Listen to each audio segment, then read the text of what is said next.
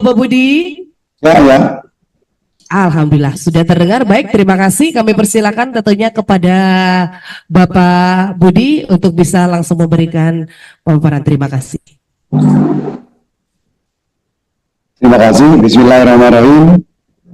Assalamualaikum warahmatullahi wabarakatuh. Shalom, Om Swastiastu, Namo Buddhaya, dan salam kebajikan. Yang sangat kita hormati PJ Gubernur Sumatera Selatan yang diwakili oleh Asisten 2, pimpinan redaksi Sriwijaya Post dan Tribun Sumsel Bapak Yudi Kerezano, Guru Besar FW Universitas Sriwijaya, Ibu Profesor Dr. Bernadette Obiana MSc, perwakilan dari BI, Bapak Ibu dari Wali Kota dan Bupati atau yang mewakili, dan para BUMD, BUMN yang hadir dalam kesempatan ini, dan juga adik-adik dari mahasiswa Poltek Palembang. Puji syukur kita panjatkan pada Tuhan Yang Maha Esa bahwa hari ini kita bisa bertemu walaupun hybrid ya, tentang waktu Indonesia dan Sumsel 2004, Tol Trans Sumatera menunggu lompatan ekonomi. Saya mengucapkan terima kasih kepada penyelenggara karena melalui kegiatan ini diharapkan dapat memberikan suatu ruang bagi masyarakat mengetahui proyek infrastruktur di mana dapat berkontribusi terhadap pertumbuhan ekonomi di Indonesia, khususnya Sumatera Selatan. Bapak Ibu yang berbahagia, sesuai dengan arahan Presiden dan juga RPJMN, kebijakan peningkatan konektivitas pelayanan transportasi saat ini harus berorientasi pada Indonesia sentris, yaitu mengurangi kesenjangan antara Jawa dan luar Jawa, di mana wilayah Indonesia begitu luas, dan oleh karenanya Kementerian Perhubungan memiliki 3 KPI, meningkatkan konektivitas nasional, meningkatkan kualitas pelayanan transportasi, dan meningkatkan keselamatan transportasi. Fokus dukungan Kementerian Perhubungan terutama diberikan pada kawasan yang tertinggal, terluar, terdepan, perbatasan, destinasi pariwisata super prioritas, kawasan industri dan kawasan ekonomi khusus, serta dukungan pertumbuhan ekonomi wilayah.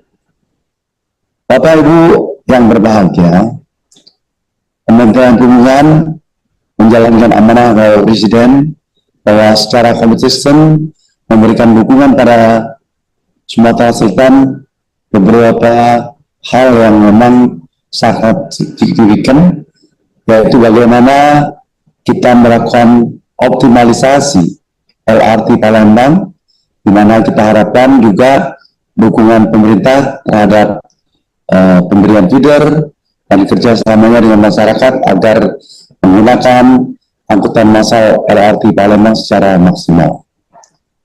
Yang kedua adalah bagaimana pengembangan Bandar Udara Silampari, Bandar Udara Sultan Mahmud Baharudin, dan Bandara Atung Bungsu menjadi lebih berperan dan memberikan arti bagi konektivitas udara. Rencana pembangunan Tanjung Carat sebagai pelabuhan hub di Sumatera Selatan akan kami lanjutkan sekarang pada sesi-sesi final, di mana kami setelah mendapat amanah dari beberapa kementerian akan menindaklanjuti dengan program-program yang lebih konkret, yaitu memberikan hak prakarsa kepada swasta. Banyak pihak-pihak yang berminat atas pelabuhan Tanjung Carat yang memiliki 3 fungsi, yaitu curah cair, curah padat, dan kontainer.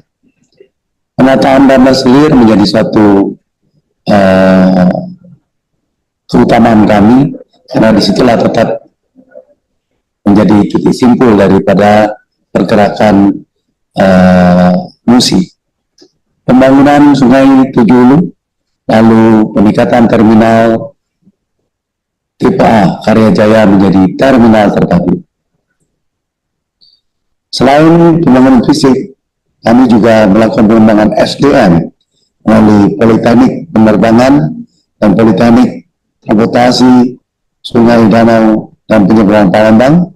Selain itu juga dilakukan diklat pembentukan dan teknis untuk penyiapan SDM transportasi yang prima dan profesional.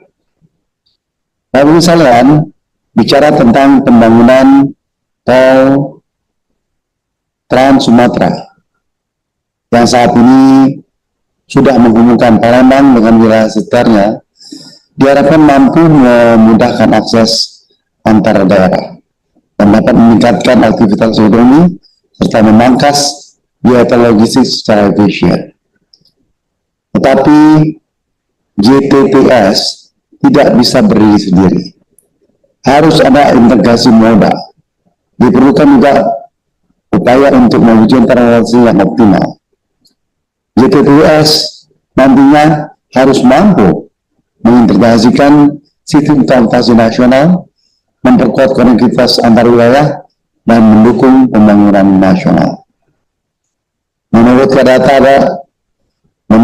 data 2021, JTTS berpotensi menghasilkan output terhadap perekonomian nasional mencapai 768 triliun dan multiplier efek terhadap perekonomian mencapai 1,7 kali.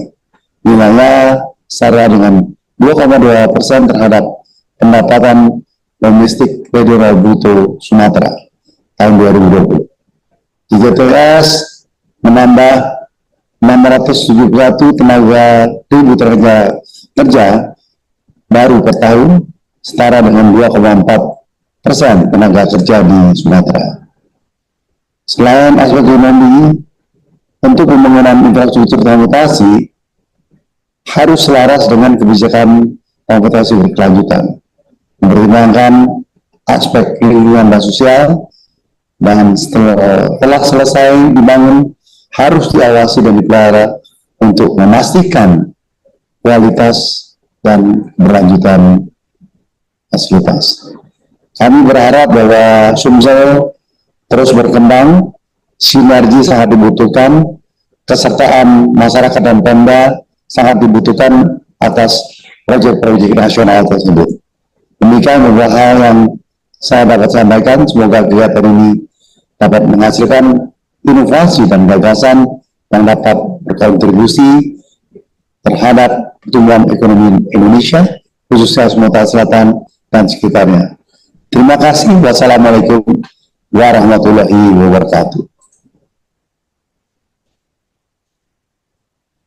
Waalaikumsalam warahmatullahi wabarakatuh. Terima kasih tentunya kami ucapkan kepada Menteri Perhubungan Republik Indonesia, kepada Bapak Budi Karya Sumadi yang telah memberikan keynote speech tentunya untuk teman-teman yang sudah berada di acara kita pada hari ini. Boleh sekali lagi tepuk tangan yang paling meriah?